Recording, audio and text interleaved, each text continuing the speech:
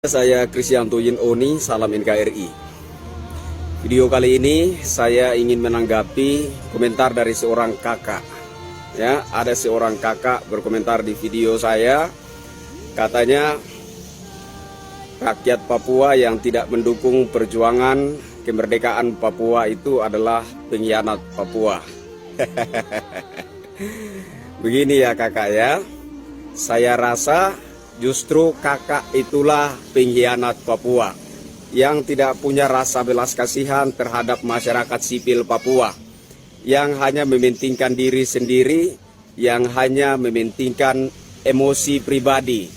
Ya, coba saya ajak kakak untuk berpikir sederhana pakai logika. Sekali lagi pakai logika, ya, logika sederhana saja, bahwa orang-orang besar OPM, ya, pembesar OPM itu tinggalnya di mana? Coba kakak jawab dulu. Pembesar OPM yang suka provokasi masyarakat Papua untuk memberontak terhadap NKRI, terhadap pemerintah Indonesia itu, mereka tinggal di mana? Mereka tinggal di Amerika, mereka tinggal di Belanda, mereka tinggal di Australia dan lain-lain, iya kan? Mereka di sana pakai jas, pakai dasi, wah, orang-orang terhormat, orang-orang besar.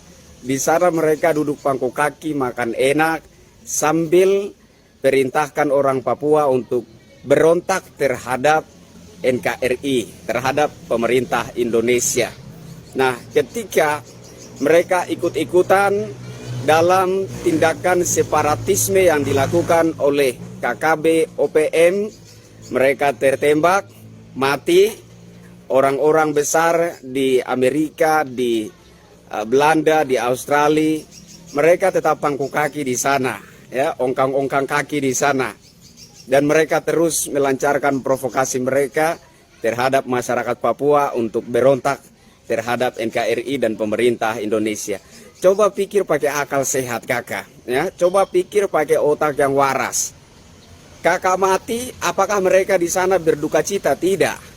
Karena yang mereka kejar adalah kekuasaan. Apakah kalau Papua itu merdeka, nanti benar-benar itu tanah Papua tetap menjadi hak ulayat masyarakat Papua? Tidak kakak, tidak. Ya, tidak. Orang-orang yang sedang pangku kaki di Amerika, di Belanda, di Australia, mereka yang akan datang dan berkuasa.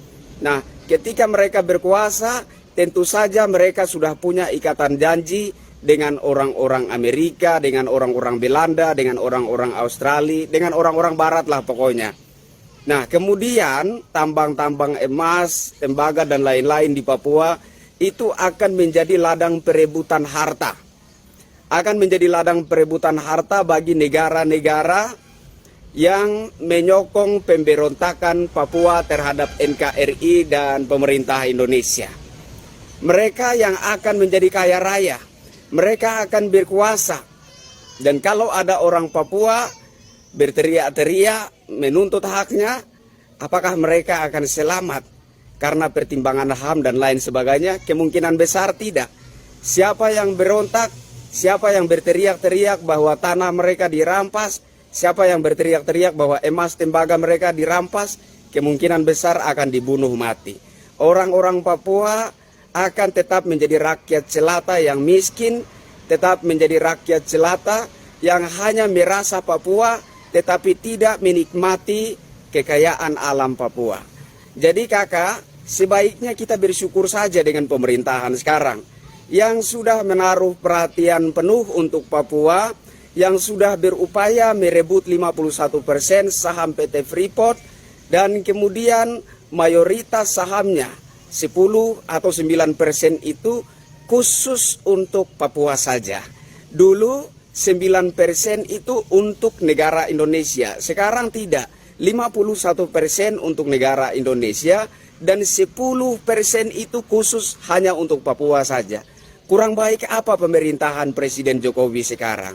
Dan kemudian perhatian pemerintah juga dibuktikan dengan pembangunan yang masif di tanah Papua. Pembangunan jalan raya, pembangunan stadion olahraga, pembangunan lapangan terbang dan lain-lain. Kurang baik apa pemerintahan Jokowi, kakak?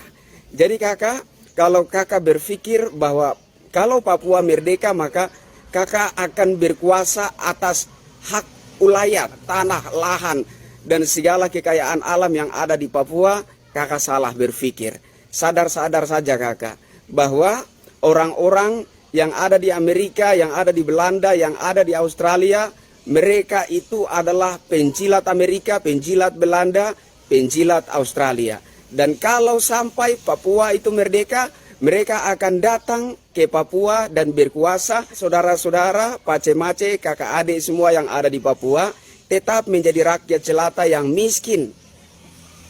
Apakah nanti bisa masyarakat Papua itu berteriak-teriak kepada Presiden, Bapak Presiden tolong kami, sekolah kami rusak, tolong diperbaiki. Bapak Presiden, pemilik tanah tutup sekolah, palang sekolah. Tidak boleh sekolah kalau belum bayar ini lahan, belum bayar ini tanah. Dan kemudian nanti mereka yang jadi presiden, jadi penguasa di Papua itu akan menanggapi suara-suara dari rakyat jelata seperti itu. Tidak mungkin, tidak mungkin. Hanya Presiden Jokowi yang hati baik. Hanya Presiden Jokowi saja yang orang baik. Yang mau mendengar teriakan jeritan masyarakat dan langsung menanggapi, langsung menjawab dan langsung memberikan solusi. Jadi kakak, sebaik-baiknya mari berpikir dewasa, mari berpikir yang rasional, gunakanlah logika yang sehat bahwa sebaik-baiknya Papua tetaplah menjadi satu kesatuan dalam wilayah kedaulatan NKRI. Papua Indonesia sampai langit terbelah sekalipun, Papua tetap menjadi bagian yang tidak terpisahkan dari negara kesatuan Republik Indonesia. Salam hormat dari saya kakak. Bravo Papua, Papua bangkit, Papua NKRI. Merdeka!